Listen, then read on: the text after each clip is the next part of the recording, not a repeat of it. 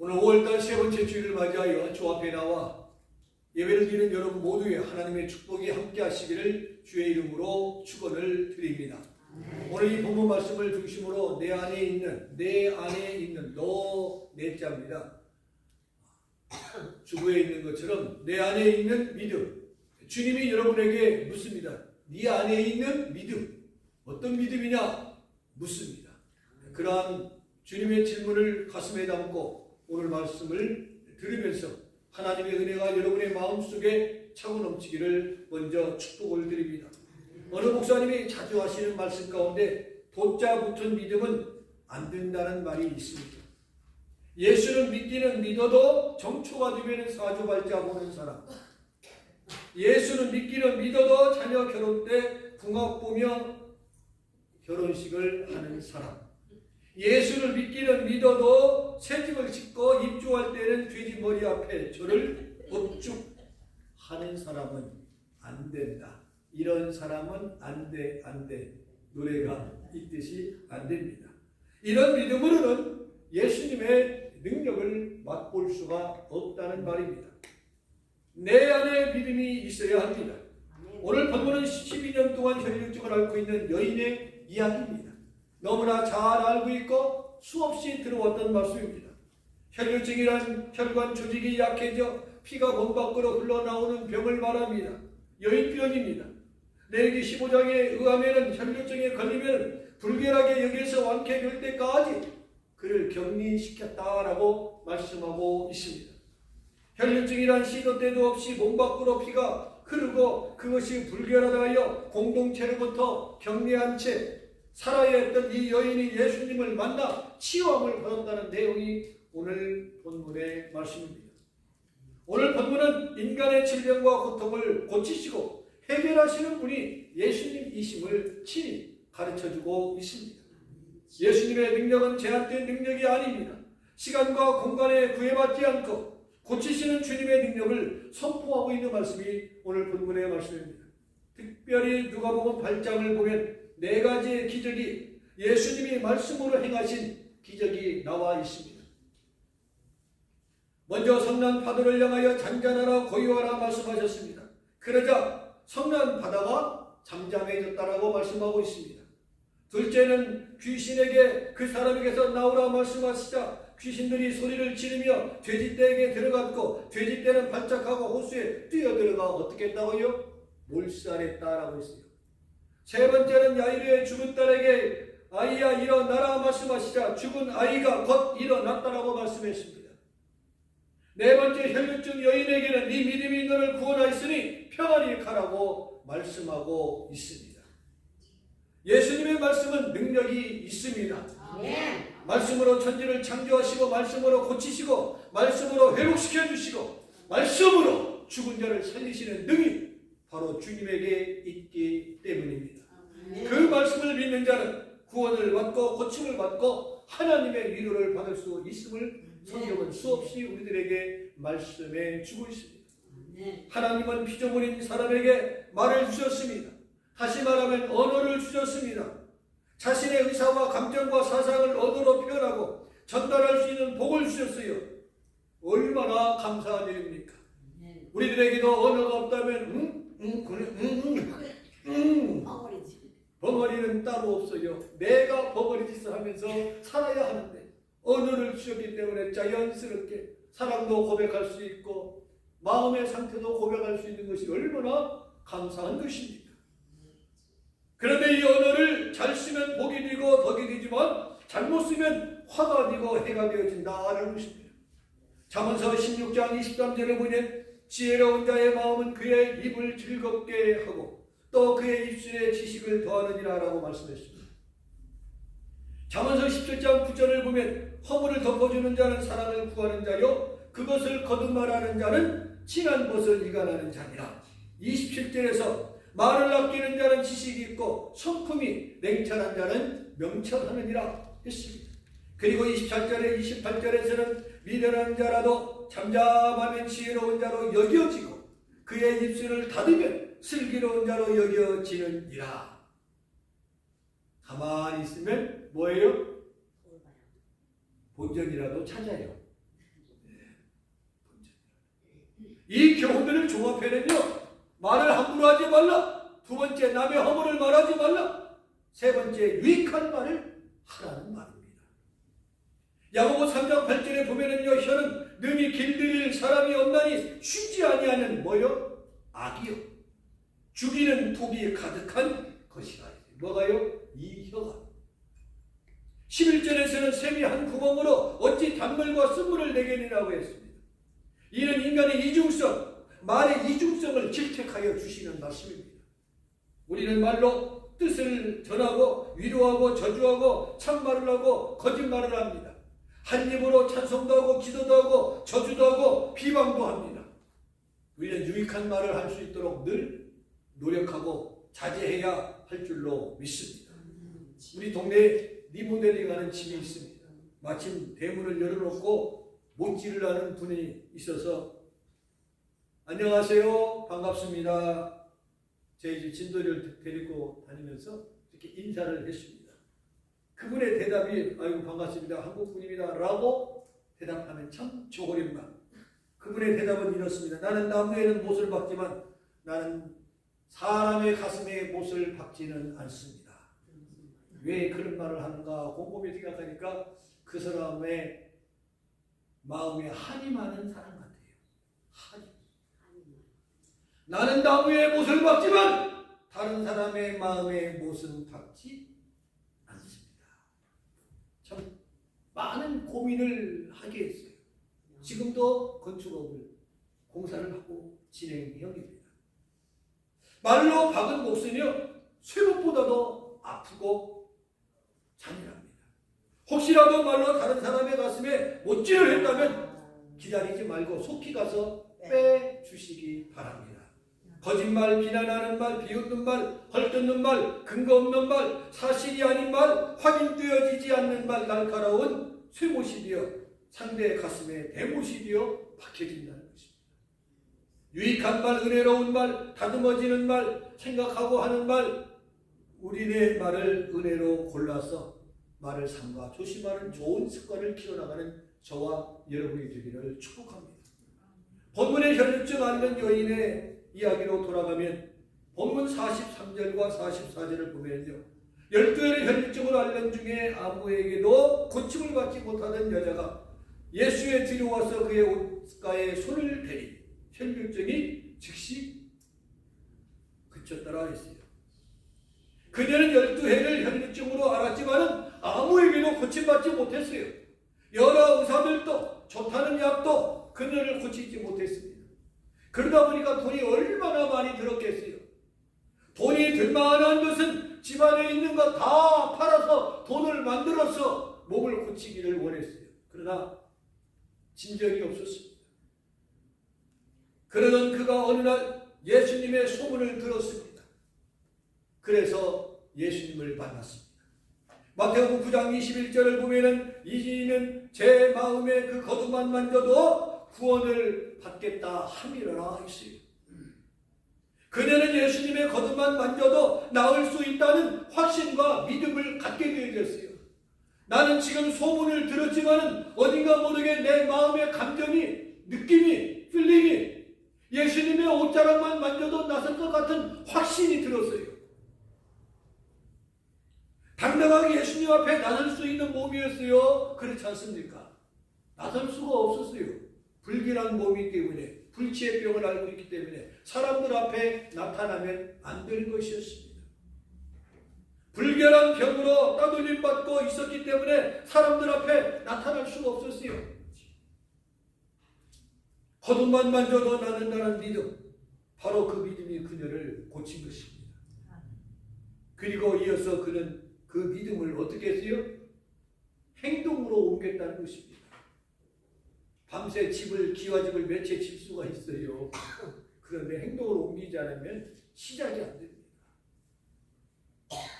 본문 44절을 보면은요, 예수의 뒤로 와서 그의 옷에 손을 대니 혈류증이 그쳤더라 했어요. 그녀는 행동의 모범을 우리들에게 보여주신 거예요. 행동의 모범. 그래서 야고보 사도는요, 행함이 없는 믿음은 뭐라고 했습니까? 죽은 것이라고 했어요. 죽은 것이. 그녀는 부정한 병자로 격리당하고 있었기 때문에 예수님의 몸이나 옷에 손을 대면 안 되는 몸이었습니다. 사람들 앞에 나타나서도 안 되는 사람이었어요.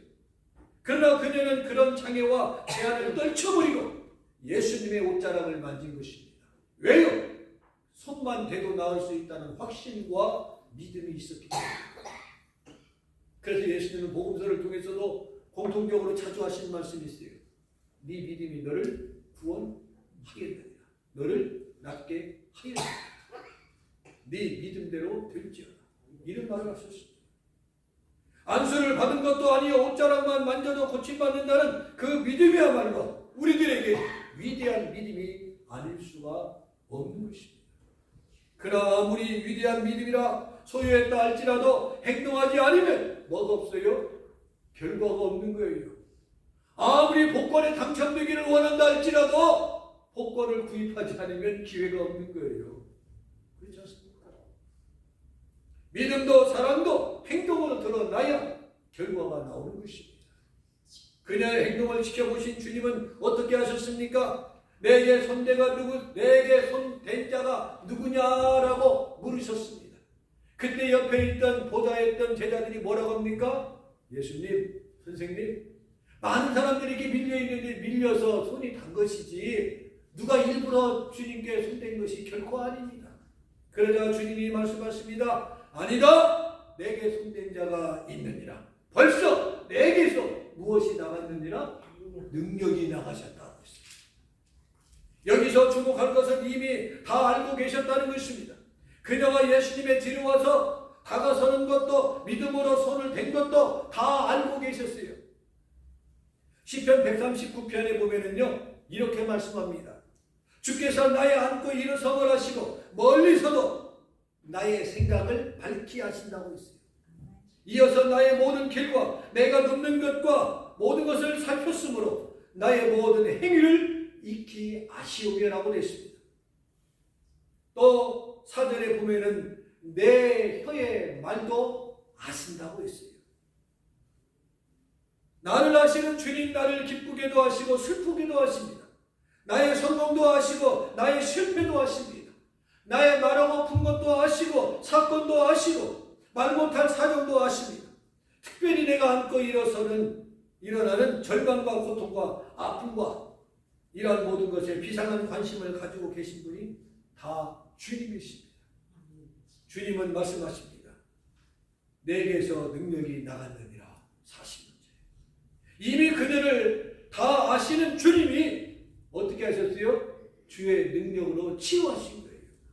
주의 능력. 주목할 진리가 여기에 있습니다. 그것은 다 아시는 것만으로 끝나는 것이 아니라 능력으로 치유하여 주시고 문제를 풀어주신 주님의 그 능력이 여기에 나타나 있습니다. 주님이 먼저 아셔요. 갈릴리 바다의 풍랑을 잔잔하게 하신 것처럼 내 인생의 풍랑을 잔잔하게 하십니다. 귀신 들렸던 사람의 영혼을 평온하게 하신 것처럼 방황하는 내 영혼을 바로잡아 주시고 건강을 유지케 하여 주십니다. 병들어 죽은 야이르의 딸을 살리신 것처럼 내 영혼을 살리시고 새로운 생명을 불어넣어서 춤추게 하시는 분이 주님이십니다. 주님은 12해를 현실적으로 앓고 있던 여인을 고치신 것처럼 우리를 고치시고 살리시고 온전하게 하시는 분이 바로 주님이시다라는 것입니다. 그녀는 더 이상 자신의 행위를 숨길 수가 없었습니다. 본문 47절을 보면은 여자가 스스로 숨기지 못할 줄 알고 떨며 나와 엎드려 그 손댄 이유와 곧 나은 것을 모든 사람 앞에서 말하였다고 했어요. 있는 그대로 한 일 그대로 고백했다는 말입니다. 내 모습 이대로 주 앞에 드립니다라는 찬송처럼 말입니다. 우리는 주님의 은혜를 바라보고 문제를 해결받기 위해서 기도할 때 뭔가 숨기면 안 됩니다. 사실대로 있는 그대로 고백해야 합니다. 주님이 다 아시고 있기 때문에 숨길래야 숨길 수 없는 것입니다. 끝까지 숨기다가 실체가 드러난 죄와 미리 사백하고 실토한 죄는 그 형량이 다른 것을 우리는 너무나 잘 알고 있습니다. 그녀는 있었던 일 그대로 말씀드렸습니다. 그 다음이 중요합니다. 48절을 보면은 예수께서 이르시되 따라니 네 믿음이 너를 구원하였느니라. 평안히 가라. 네 믿음이 너를 구원하였다고 했습니다. 네가 가진 믿음, 내 안에 있는 믿음이 너를 오늘에 있게 하였다라는 말입니다. 주님은 가끔씩 이 용어를 자주 사용하셨습니다. 그것은 그만큼 내가 가진 믿음이 중요하기 때문에 그렇습니다. 우리에게도 내 믿음이 있어야 합니다. 내 믿음이. 내 아내가 믿으니까 잘 되겠죠? 라는 것. 나는 기도 안 하지만 제 어머니가 기도하니까 잘 풀리겠죠? 라고 말하는 것. 안 하는 것보다야 낫겠지. 그렇죠? 우리 어머니가 기도 안 하는 것보다, 내 아내가, 내 남편이 기도 안 하는 것보다는 낫겠지. 그러나 여기에서 묻는 것은 내가 하나님 앞에 믿고 기도하는 거예요. 내 믿음이 있어야 합니다. 구원은 내가 믿는 믿음으로 받는 것이지 다른 사람의 믿음으로 구원받는 것이 아니기 때문에 그렇습니다. 우리가 늘 고백하는 사도신경에도 하나님을 내가 믿사옵니다. 하나님을 내가 믿사옵니다. I believe in God이라고 우리가 신앙을 고백합니다. 그리고 평안히 가라고 말씀해 주신 것에 대해서 주목해야 합니다. 평안은 영혼과 육신이 고침받는 사람에게 누리는 축복입니다. 최근 세계사를 보면은요, 최고 권력자, 재벌, 총수, 인기 연예인들이 뒤를 이어가면서 자살하는 소득이 얼마나 많은지 모릅니다. 자고 나면 이러한 일들이 뉴스를 쉽게 접합니다. 왜 그래요? 불안과 초조와 강팍감에 쫓기기 때문에 그렇습니다. 사랑하는 성도 여러분, 지금처럼 어려운 민생활 중에라도 쫓기지 맙시다. 절망하지 맙시다. 포기하지 맙시다. 우리에겐 다 아시는 주님, 해결해 주시고 풀어주시고 고치시는, 살려주시는 주님이 나와 함께 하심을 기억하시기 바랍니다. 그것도 나와 함께 하신다고 했어요. 마태복음 28장 20절에 말씀하시기를 내가 세상 끝날까지 너희와 항상 함께 있으리라고 했습니다. 여호수아서 1장 7절에서 9절에 보면은 그 율법을 다 지켜 행하고 자루나 우루나 치우치지 말라. 그리하면 네가 어디로 가든지 뭐하리라? 형통하리라. 이 율법책을 네 입에서 떠나지 말게 하며 주야로 그것을 묵상하여 그 안에 기록된 대로 다 지켜 행하라. 그리하면 네 길이 평탄하게 될 것이며 네가 형통하리라. 네가 어디로 가든지 내 하나님 여호와가 너와 함께 하리라 말씀하여 주신 것을 기억하시기 바랍니다. 문제는요, 믿음이에요. 믿음. 의심하고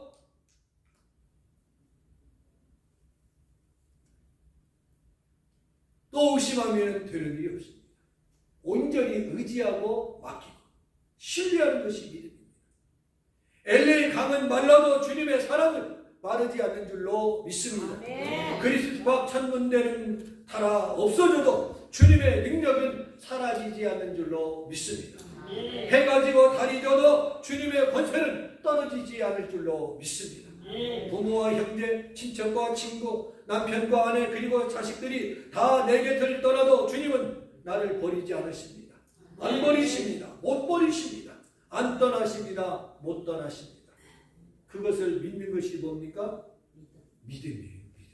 믿음. 찬송가 370장 1절을 제가 부르고 말씀을 마치려고 합니다. 주 안에 있는 나에게 난 근심이 있으려 십자가 밑에 나가 내 짐을 풀었네.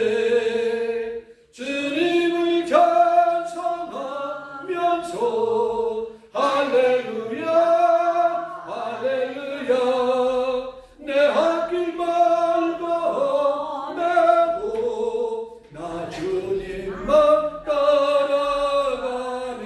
따라가리. 내 믿음이 너를 구원하였으니 평안히 가라. 이 믿음과 평안으로 이 한 주간도 승리하는 여러분 모두가 되시기를 주님의 이름으로 축원을